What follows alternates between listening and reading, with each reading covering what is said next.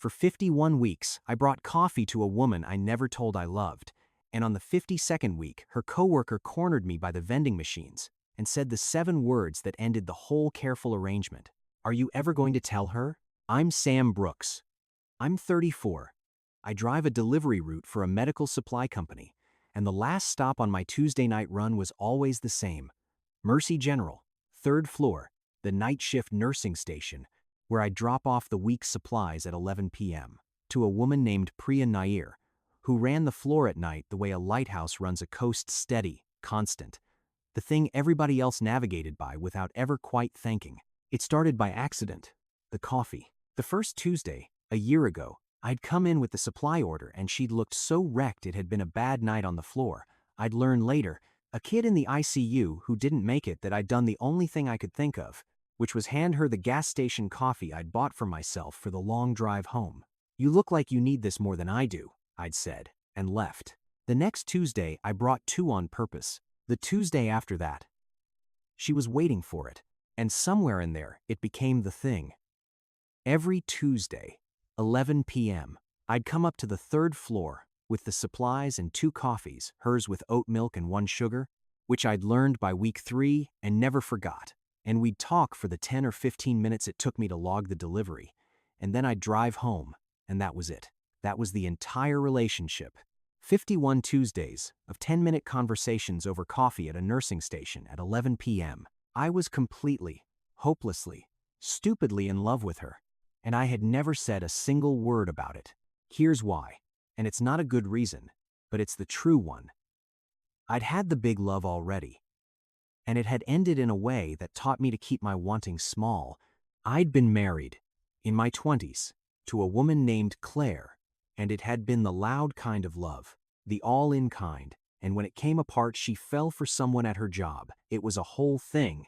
It was the worst year of my life. I'd come out the other side with a lesson welded into me. Wanting things this much is how you get destroyed. So I'd shrunk my wanting down to a manageable size. A delivery route. A quiet apartment. 10 minutes of coffee on Tuesdays with a woman I'd decided, very firmly, I was only friends with, because friends was safe and wanting was a building that could burn down with you inside it. I should be honest about what the divorce did to me, because it explains the whole coward year. It wasn't just that Claire left, it was that I hadn't seen it coming. I'd been so sure, so all in, so unguarded, and the not seeing it coming was the part that rewired me. Because if you can be that certain and that wrong, then certainty itself becomes the enemy. I came out of that marriage having decided, somewhere below the level of conscious thought, that the way to never be blindsided again was to never be all in again. Keep 1 foot out the door of everything. Want things at 30%. Call your love friendship, so that when it leaves and everything leaves, you can tell yourself you weren't really in it anyway. It's a very effective system. It's also a slow way of not being alive, and it took me a year of Tuesdays to notice I'd been running it. The problem was that 10 minutes of Priya every Tuesday had become the load-bearing wall of my entire week. I planned my Tuesdays around it. I rehearsed things to tell her funny things that happened on the route, articles I'd read she might like. I started keeping the radio on the station she'd mentioned liking. When a Tuesday got canceled a holiday, a route change the whole week felt structurally unsound. Like I'd left the house without something I couldn't name. I'd find myself, on a Thursday, saving up a story to tell her on Tuesday, 4 days away, rationing the good parts of my week into a single 15-minute window, because that window had quietly become the only part that felt real. And I told myself this was friendship. I told myself it for 51 weeks. Her coworker was not fooled. Her coworker had eyes. Let me give you the year, because the year is the whole story, and it happened 10 minutes at a time. Week 3 was when I learned the coffee order. She'd mentioned offhand, exhausted, that the cafeteria oat milk had run out and I'd kill for a real one. The next Tuesday, I brought oat milk, 1 sugar. She'd held it for a second, looked at the lid where I'd written times oat, 1 sugar times, so I wouldn't forget, and said, "You wrote it down." Just that. You wrote it down. And something in her face had shifted, and I'd driven home that night already in trouble and not admitting it. Week 11 was the night she cried. A patient, an old man with no family, had died on her shift, and she'd come around the corner to the desk hollow-eyed and I'd been there with the coffee, and instead of logging my delivery and leaving, I'd stayed. I just stayed. Stood at the desk an extra 20 minutes while she told me about the old man, who'd been a jazz trumpeter in the 50s, who'd had nobody, who she'd held the hand of so he wouldn't go alone. I didn't fix it. I didn't say the things people say. I just stood there and let her tell me. And at the end she'd said, "Thank you for not leaving." And I'd driven home thinking times I would never leave. And then immediately told myself that was a friendship thought, which it was not. Week 19, I got the flu and missed a Tuesday. When I came back the next week, she said, too casually, "You weren't here last week." And I said I'd been sick. And she said, "I figured." "Denise said you'd died." I told her supply guys are hard to kill. And then she'd looked at me a beat too long and said, "Don't do that again." And I'd spent the whole drive home turning times "don't do that again" times over like a stone. Week 34, we talked for 45 minutes instead of 15. About nothing, about everything, until her break ended and a call light went off, and she had to run, and she looked back over her shoulder as she went, and the look on her face was not a friendship look, and I knew it, and I drove home and lay awake and told myself it was. Week 40, I almost said it. I'd had a hard week. The anniversary of my divorce always landed wrong, and Priya had clocked it the second I came around the corner, the way she clocked everything, and she'd said, "Hey, you okay? You've got a face."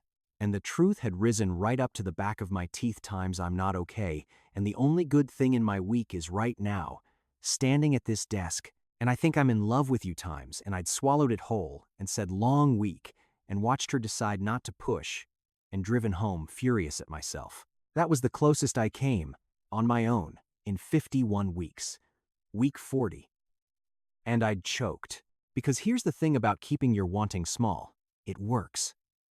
That's the terrible part. It actually works. 15 minutes a week can't burn your house down. A coffee order can't leave you for someone at her job. A careful, friendship-shaped thing that you never name can't detonate the way a marriage detonated. I'd built a fireproof little arrangement, and the cost of fireproof was that nothing could ever grow in it. And I decided, without ever deciding, the way you decide the most important things, that I'd rather have 15 safe minutes forever than risk the fire again. It would have worked. That's what kills me. I'd have kept it small forever. If Denise hadn't had eyes, the coworker's name was Denise, and she'd worked the night shift at Mercy General for 22 years, which meant she had seen everything twice and was not impressed by subtlety. She ran the desk next to Priya's, and she had clocked me. I would later learn somewhere around week 6. Week 52, I came up with the supplies and the 2 coffees, and Priya wasn't at the desk. She was down the hall with a patient, and Denise was sitting there, arms crossed, looking at me like she'd been waiting a long time for exactly this moment. "She's with a patient," Denise said. "Room 304. She'll be a few minutes." She nodded at the second coffee in my hand. "Oat milk? 1 sugar?" "Yeah, you've never gotten it wrong. 50-some weeks. Never once gotten her order wrong." Denise leaned back in her chair. "You know how I know? Because I've watched. Every Tuesday, 11 o'clock. The supply guy comes up with 2 coffees and gets that look on his face when she comes around the corner, and they talk for 15 minutes about absolutely nothing. And then he drives home, and the next Tuesday he does it again." She tilted her head. "I've been doing this 22 years on. I have watched a lot of people fall in love at this nursing station at weird hours. You've got it worse than most. It's not we're friends." Denise was unmoved. "Can I ask you something? And I want you to actually think about it. Because I'm about to be the meddling old nurse, and I've earned it." She leaned forward. "Are you ever going to tell her?" And there it was, the 7 words. "Tell her what?" I said, which was a coward's answer, and we both knew it. "That you've been in love with her for a year, and you express it through correct coffee orders." Denise said it flatly, like she was reading a chart. "Because here's the thing you don't know, supply guy. She does the same thing you do. The second your truck pulls into the loading dock, somebody texts up, 'Yeah, there's a whole system. The dock guys are in on it,' and she fixes her hair. Every Tuesday. She's been a wreck on the Tuesdays you've had to cancel. She talked about you for an hour the week you were out sick." Denise crossed her arms again. "So you've got 2 people who plan their whole week around 15 minutes of coffee and have decided, separately, that it's friendship. and I've watched it for a year, and I'm too old and too tired to watch it for another one. So, are you ever going to tell her? I opened my mouth, closed it. That's what I thought, Denise said. She's off at 7. The cafeteria does a decent breakfast. I'm just saying. And then Priya came around the corner, and her face did the thing lit up, the way it always did. The way I'd told myself for 51 weeks was just friendliness, and Denise gave me a look over Priya's shoulder that said times 15 minutes, supply guy. Then you log your delivery, and you go home, and you keep being a coward, or. I handed Priya her coffee. Oat milk, 1 sugar. You're a lifesaver, she said, the way she always did. It's been a night. We lost it's been a night. And for 51 Tuesdays, that's where I would have stopped. Sorry it's been rough. Same time next week. The careful exit. The friendship version. But Denise was watching, and a year was a long time, and I was suddenly very tired of the load-bearing wall of my week being a thing I refused to call by its name. Priya, I said, what time do you get off? She blinked. 7? Why? Because I'd like to buy you a real coffee. A sitting down one. Not a log the delivery and leave one. My heart was going like the truck on a bad downshift. I've been bringing you coffee for a year, and I've never once sat down with you. And I think I'd like to, if you'd want that. Priya went very still. Behind her, Denise had developed an intense interest in a clipboard while absolutely listening to every word. You want to get coffee? Priya said slowly. With me. After my shift? Yeah, like she stopped. Her professional steadiness, the lighthouse calm, flickered into something younger and more uncertain. Like a times coffee, or like the Tuesday coffee but sitting down? Like a coffee, I said. I'm Priya, I'm bad at this. I haven't done this in a long time, so I'm just going to say it badly. The Tuesday coffee is the best part of my week. It has been for a year, and I told myself for a year that we were friends, because friends was safe. But Denise just asked me if I was ever going to tell you, and I realized I didn't have a good answer for why not. Except that I'm scared, which isn't a good reason. I held the second coffee a little tighter, so. A coffee, sitting down. With me, she said yes. Of course she said yes. Denise had been right about all of it, the whole reciprocal year of it. But I'm getting ahead, because the part that matters isn't the yes. It's what she told me at 7 a.m. in the cafeteria, when we finally sat down across from each other for the first time in a year of standing. I have to tell you something, Priya said. Wrapping her hands around a coffee I hadn't brought her, it was strange. Seeing her hold a coffee that wasn't from me, and it's embarrassing, so let me get it out before I lose my nerve. She took a breath. I've known your coffee order since week 3. But you've known mine since week 3 too. And I noticed times that. I noticed you noticing. And I started. Her cheeks went warm. I started looking forward to Tuesdays in a way that wasn't normal for a supply delivery. I rearranged a time shift swap times once so I'd be on the night you came. I told my sister about the coffee guy. There's a whole interior life you don't know about, where Tuesday is the good day. Denise said you fix your hair when the truck pulls in. Denise is a traitor and I'm going to kill her. Priya put her face in her hands. Yes, fine. The doc guys text up. I fix my hair. It's a whole degrading system, and I'm a 32-year-old charge nurse, and I fix my hair for the supply delivery like a teenager. There. You have all the information now. I laughed, and she lowered her hands, and she was smiling, and the cafeteria was almost empty and gray with early morning, and it was the least romantic setting in the world, and I didn't care at all. Why didn't you ever say anything? I asked. Her smile faded into something more honest. Same reason as you, probably. You think I didn't clock the friends was safe thing? I've been a nurse for 10 years. Sam, I watch people protect themselves from the thing they want all day long. She turned her coffee cup. I got out of a bad one a couple years back. The kind that makes you decide you're better off keeping things small. So I kept it small. I kept it to 15 minutes on Tuesdays, because 15 minutes can't hurt you. 15 minutes is safe. She looked up. But you just blew up the 15 minutes. So I guess we're doing the scary version now. We're doing the scary version now. I agreed. Okay. She took a breath, steadying, the lighthouse coming back online.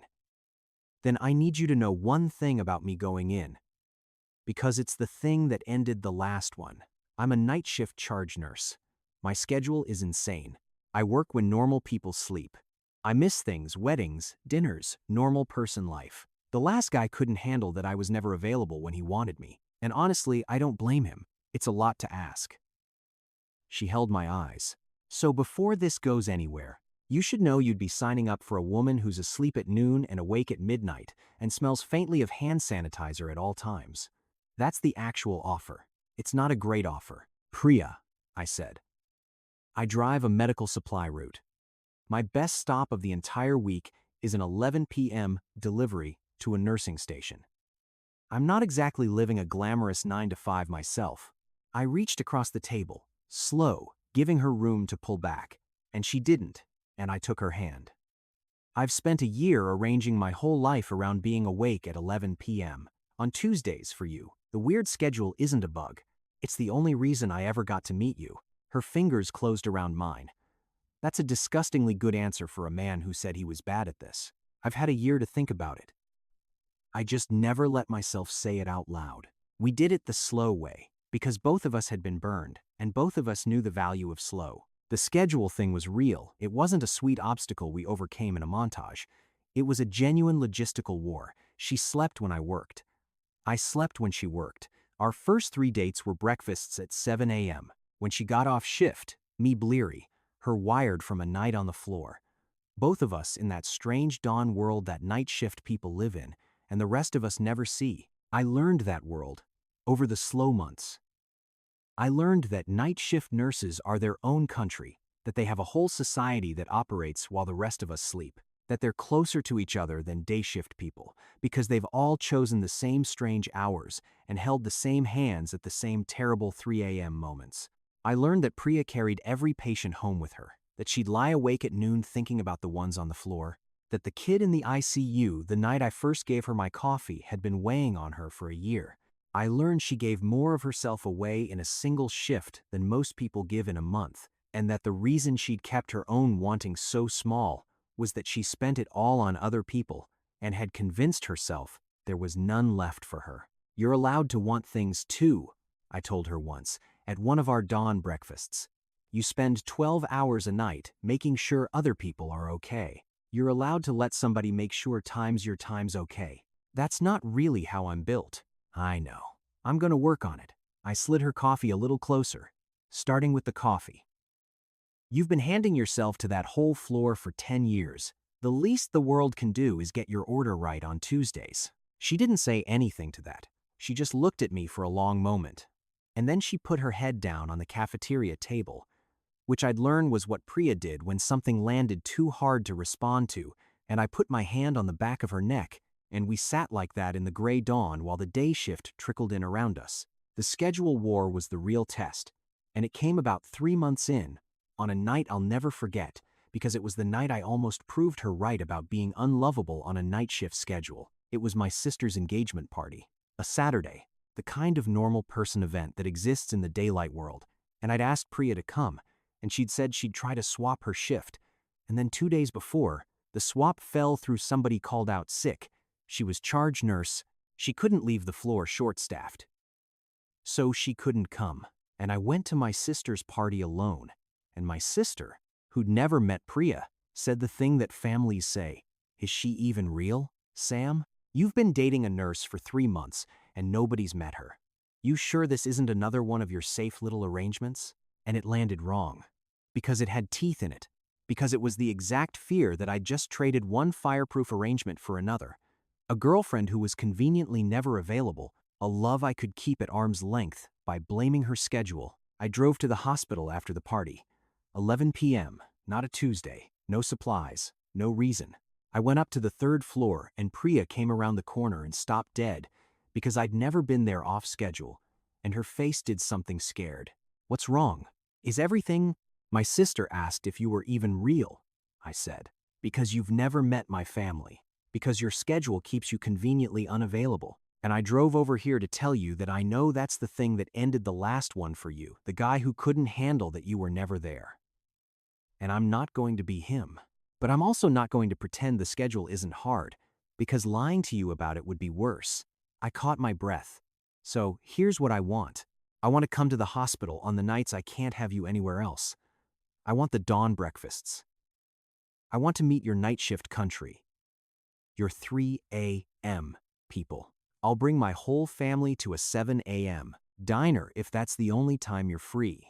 I'm not asking you to be available like a day shift person. I'm asking to build a life in the hours you actually have. That's the whole offer. Priya stared at me, 11 p.m. The floor quiet behind her. Denise pretending not to listen from the desk. The last guy wanted me to quit nights, she said slowly. He said it like it was reasonable. Just switch to days. Like 10 years of seniority and the job I'm best at in the world were a scheduling inconvenience. Her voice had gone thick. And you drove over here at 11 o'clock to tell me you'll meet me at 7 a.m. forever instead. She pressed her hand to her mouth, lowered it. Sam, that's the whole thing nobody ever did. Come to the next family thing at a weird hour, I said. Make my sister eat breakfast at 7 a.m. to meet you. She'll complain. She'll deserve to complain. And then she'll see you're real. Priya laughed, wet. And Denise called out from the desk.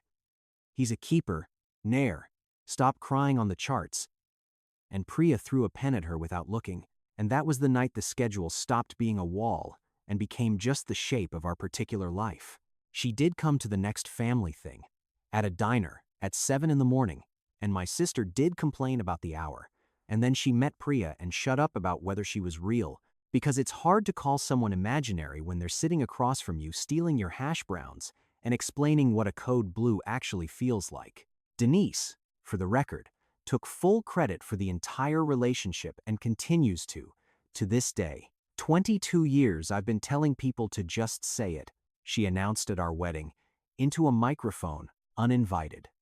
22 years. Finally somebody listened. You're welcome, all of you. That was 2 years ago.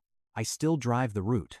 I still hit Mercy General on Tuesdays at 11, and I still bring 2 coffees up to the 3rd floor, except now, it's not the careful 15-minute friendship coffee. It's me bringing my wife her oat milk 1 sugar in the middle of her shift, and the whole floor knows. And the dock guys still text up when the truck pulls in. Except, now the text just says, "Time's your husband's here." And Priya still fixes her hair, and she's stopped being embarrassed about it. We figured out the schedule. Mostly. It's still a war some weeks. There are stretches where we're 2 ships passing. Her coming home as I leave, a kiss in a doorway at 6 a.m., and a note on the counter. But we built a life in the cracks of it, in the dawn breakfasts and the Tuesday deliveries and the rare precious weekends when our schedules line up and we get to be 2 normal people who sleep at the same time. She's better at wanting things now. That was the project. The one I started at that first dawn breakfast. A woman who'd spent 10 years pouring herself into a hospital floor, who'd shrunk her own wanting down to 15 safe minutes a week. She's learning, slowly, that she's allowed to be the one who gets taken care of sometimes. I get her order right every single Tuesday. It's a small thing. It's the whole thing.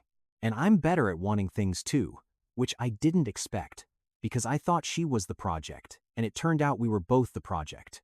The man who came out of his divorce running everything at 30%, keeping 1 foot out the door of his own life, calling his love friendship so it couldn't hurt him. That man learned, slowly, at a nursing station and a cafeteria table and a diner at 7 in the morning, that the foot you keep out the door isn't protecting you.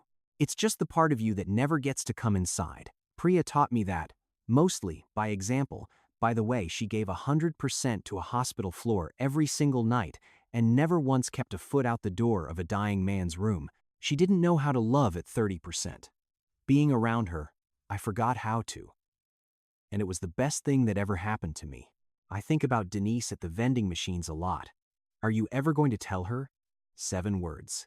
I'd been standing at that nursing station for 51 weeks, a coffee in each hand, in love and silent, and I'd have stood there for 51 more if a 22-year veteran of the night shift hadn't gotten tired of watching 2 cowards plan their weeks around each other and call it friendship. Sometimes, the bravest thing in the whole story is the person on the sidelines who finally says the thing out loud, who looks at two people protecting themselves from the best thing that could happen to them, and asks the question they're both too scared to ask themselves. Are you ever going to tell her? I almost wasn't. That's the part that haunts me. 51 weeks, and I almost made it 52 and 152 and never said a word. And Priya would have kept fixing her hair, and we'd have grown old as two people who got coffee on Tuesdays and never knew. 2 whole lives, lived at 30%, 10 safe minutes a week, forever, because we were both so good at keeping the wanting small that we'd have done it until one of us changed jobs or moved away, and the Tuesdays just quietly stopped, and we'd each have spent the rest of our lives thinking times there was a supply guy once times, and times there was a nurse once times, and never once said the word that was true the whole time. Thank God for meddling nurses. What would you have done if someone asked you, point blank, whether you were ever going to tell the person you'd been quietly in love with for a year? Have you ever planned your whole week around a few minutes with someone and called it friendship because the truth felt too dangerous to say? Tell me your story in the comments. If this one got you, leave a like, subscribe, and I'll see you in the next video.